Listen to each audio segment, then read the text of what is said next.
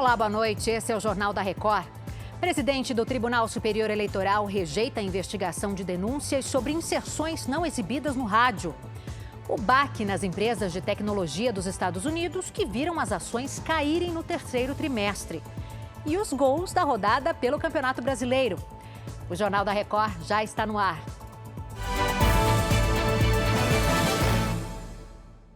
Oferecimento: cartões Bradesco, muito mais benefícios.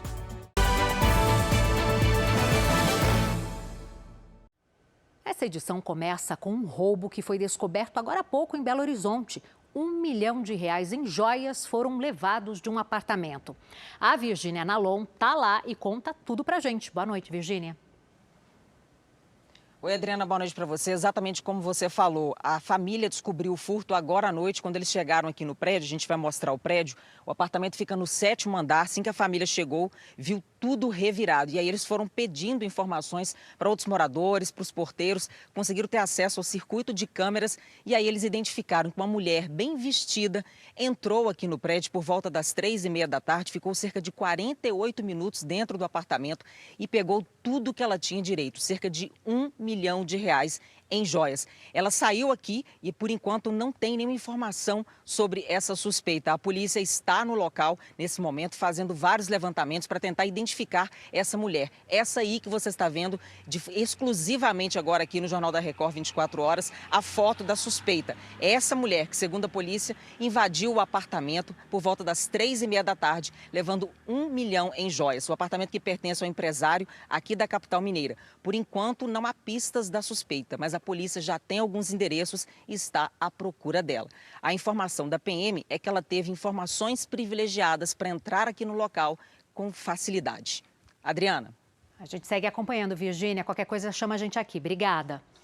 O presidente Jair Bolsonaro criticou o ministro Alexandre de Moraes e disse que vai recorrer da decisão sobre irregularidades na inserção da propaganda política em rádios. Vamos até Brasília, então, com Alessandro Saturno. Boa noite, Alessandro. Oi, Adriana. Boa noite para você e a todos que nos assistem. Bom, Jair Bolsonaro falou à imprensa durante a noite lá no Palácio da Alvorada. Ele reclamou do não prosseguimento da ação sobre a suposta desigualdade na inserção de propaganda política no rádio. O presidente afirmou que já foram feitas 2 auditorias que comprovam as irregularidades e que o Partido Liberal está contratando uma terceira empresa de checagem. O presidente do TSE, ministro Alexandre de Moraes, recusou a ação por falta de provas. Segundo Bolsonaro, a desvantagem nas inserções de rádio prejudicam a votação dele, principalmente em Minas Gerais e na região Nordeste. Adriana, Bolsonaro disse que vai às últimas consequências dentro do que prevê e estabelece a Constituição. Vamos ouvir agora um trecho da entrevista. O nosso jurídico deve entrar com recurso, já que foi para o Supremo Tribunal Federal.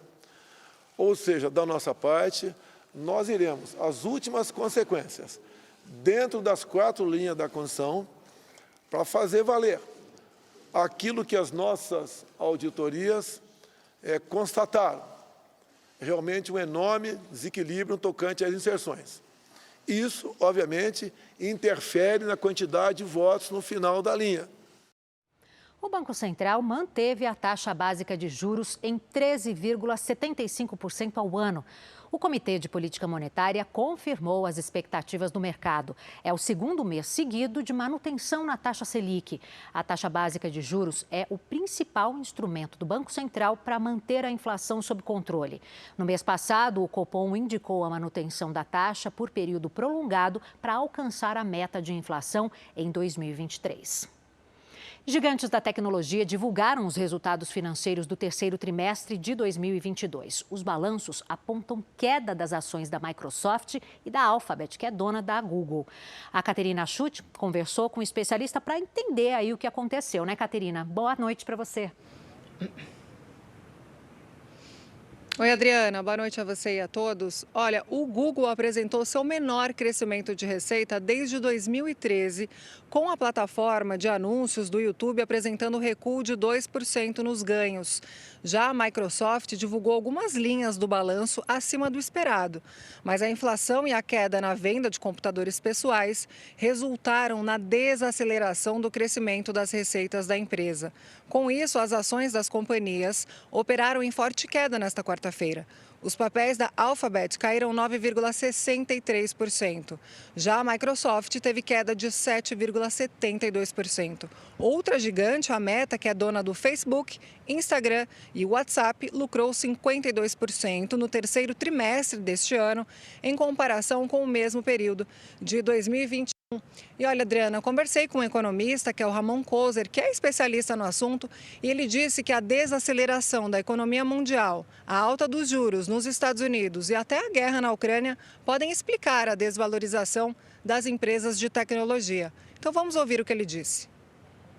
A queda de hoje ela repercute o medo do investidor, né, em investir nessas empresas para frente, justamente com medo da desaceleração da economia, né? A taxa de juros nos Estados Unidos vem subindo e durante muitos anos a gente teve estímulos na economia norte-americana com juros muito baixos, né?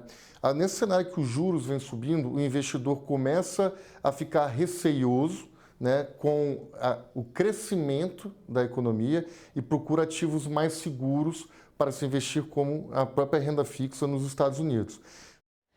Uma das maiores fábricas de celulares da China impôs duras restrições para conter um novo surto de Covid-19. A medida pode prejudicar a produção de novos aparelhos. A nossa correspondente na Ásia, Silvia Kikuchi, traz os detalhes. A fábrica está localizada na cidade de Zhangzhou, no centro do país, e emprega cerca de 300 mil pessoas. Depois de um novo surto da doença, a empresa foi forçada a fechar refeitórios e pedir aos trabalhadores que fizessem as refeições nos dormitórios. Além disso, foi restringido o acesso de funcionários em determinadas áreas. As medidas de isolamento contra o coronavírus também forçaram o fechamento de um parque temático na capital chinesa, Pequim, e o confinamento de cerca de 1 milhão de moradores de Wuhan, cidade onde os primeiros casos de Covid foram registrados no fim do ano de 2019. Segundo a imprensa internacional, a estimativa é de que mais de 200 milhões de chineses estejam sob algum tipo de restrição forçada. O país registrou 1.241 casos de Covid nesta quarta-feira. De Tóquio, Silvia Kikuchi. A Agência Europeia de Medicamentos alertou a população para um aumento de casos de Covid-19 no continente. A nova onda é impulsionada pela subvariante da Omicron BQ1, que, segundo autoridades, será predominante a partir de meados de novembro. Ela já foi detectada em 5 dos 27 países europeus. Segundo a OMS, na última semana, mais de 1 milhão de infecções e 3.250 mortes foram registradas na Europa.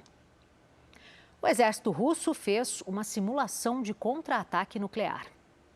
O exercício incluiu o lançamento de mísseis de uma península no extremo leste do país e a partir de um submarino no Ártico. O armamento é capaz de atingir longas distâncias, como alvos em outros continentes. O presidente russo Vladimir Putin acompanhou os lançamentos de maneira remota numa sala de reuniões em Moscou.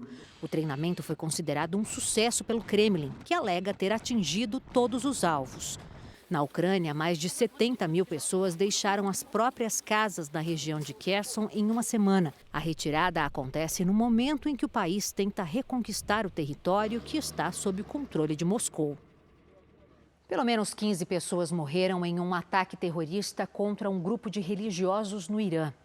Uma mulher e 2 crianças estão entre as vítimas. Segundo autoridades, um homem disparou contra uma multidão. Depois, ele acabou sendo preso. De maioria xiita, o Irã é alvo constante de ataques de extremistas sunitas. O governo iraniano prometeu uma resposta ao atentado. Alunos e professores da Universidade Federal de Minas Gerais precisaram deixar às pressas um prédio da instituição depois do vazamento de um produto químico. A Virgínia Nalon tem os detalhes. Virgínia? Olha, Pois é, Adriana, olha só, um vidro que guardava ali o material químico do laboratório de bioquímica trincou e a substância evaporou. Alunos e professores inalaram muita fumaça aí no nariz e relataram muita irritação no nariz, nos olhos. Segundo a UFMG, a quantidade de substância que vazou não oferecia riscos mais graves. Depois do incidente, foi feita uma ventilação do laboratório para eliminar esse vapor.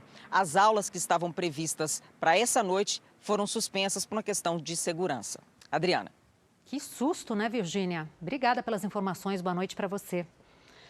A Anvisa definiu como vai ser a composição de vacinas contra a gripe para o ano que vem. O Alessandro Saturno está de volta com os detalhes. Alessandro? Adriana, a fórmula da vacina contra a gripe ela é refeita todos os anos. Isso porque mantém o imunizante atualizado para prevenir novos casos e estimular o sistema imunológico dos vacinados.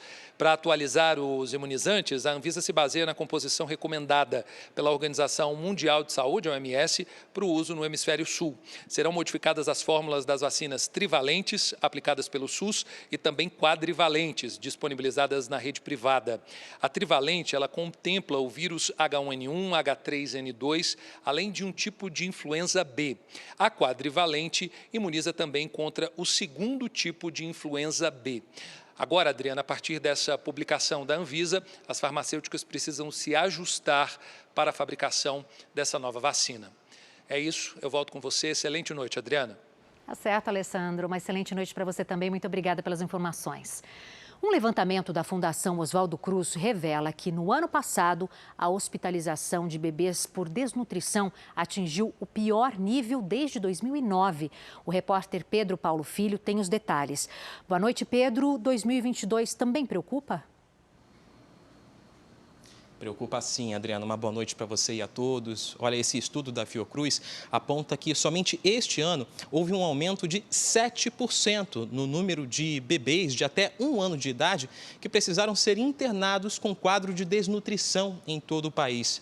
Segundo o levantamento, nos 8 primeiros meses de 2022, foram pouco mais de 2.100 hospitalizações, média de quase 9 por dia. Em todo o ano passado, esse número chegou perto de 3.000, o equivalente a 8 casos diários. Adriana. Que triste e preocupante, né, Pedro? Muito obrigada pelas suas informações. Boa noite. Cerca de 40 golfinhos da espécie toninhas apareceram mortos no litoral paulista só no mês de outubro. A situação é considerada preocupante pelos ambientalistas, já que a espécie é a mais ameaçada do Brasil. No Hospital para Reabilitação de Animais Marinhos, que fica em Praia Grande, no litoral sul de São Paulo, tem tartarugas, aves, mas não tem a espécie de golfinho mais comum da região e também a mais ameaçada do Brasil, a toninha. Ela é muito sensível à reabilitação, né? Então ela acaba entrando em choque e vem a óbito muito rapidamente. Às vezes, de 1, 2 dias, ela acaba vindo a óbito. A toninha é um golfinho pequeno, com cerca de 1,5 m e discreto, difícil flagrar no mar. Esta, uma fêmea grávida, foi encontrada na última segunda-feira, encalhada em Praia Grande. Cerca de 40 toninhas apareceram mortas em praias do litoral paulista só nesse mês de outubro. A primavera é a estação de reprodução da espécie. Por isso, as toninhas costumam se aproximar mais da costa e acabam se enroscando em redes de pesca. Entre Praia Grande e Peruíbe, no litoral sul, foram 78 encalhes de toninhas este ano. Em todo o ano passado, foram 92. Há mais de 40 anos, seu Celso vai para o mar atrás de anchova, tainha, pescada amarela. Mas, às vezes, por acidente, caem em outras espécies na rede. Tartaruga, golfinho, boto, essas coisas, não pode pescar, a gente solta. Quando pega e está vivo, a gente solta. Além da captura acidental, existe outro fator que ameaça a espécie de extinção: a poluição do mar. Exames em toninhas mortas mostram que a maioria ingeriu lixo. Agora, futebol. No Rio de Janeiro, o Botafogo recebeu e venceu o RB Bragantino pelo Campeonato Brasileiro. Foi na base da teimosia que o time carioca abriu o placar no Engenhão. Depois de 2 defesas do goleiro e uma bola na trave, Gabriel Pires empurrou para a rede. No segundo tempo, Adrielson tentou cortar a jogada e acabou dando assistência para o gol de empate de Luan Cândido. Mas a noite era mesmo dos donos da casa. Tietê pegou de primeira e definiu o placar. Botafogo 2, RB Bragantino 1. O Corinthians foi derrotado em casa pelo Fluminense. Os gols da partida foram marcados pelo artilheiro do campeonato, o argentino Germancano. No primeiro, ele só desviou para o gol após o cruzamento. Depois, pegou de primeira e marcou o 20º gol dele na competição. Com a vitória, o Fluminense assumiu a 4ª colocação e empurrou o Corinthians para o 5º lugar. Em outros jogos desta noite, Goiás e América Mineiro empataram em 2-2 em Goiânia. Em Porto Alegre, o Internacional venceu o Ceará de virada por 2-1. Esse foi o Jornal da Record. Outras informações às 7 da manhã na primeira edição do JR 24 Horas. Você fica agora com o programa Fala que eu te escuto. Uma ótima noite para você.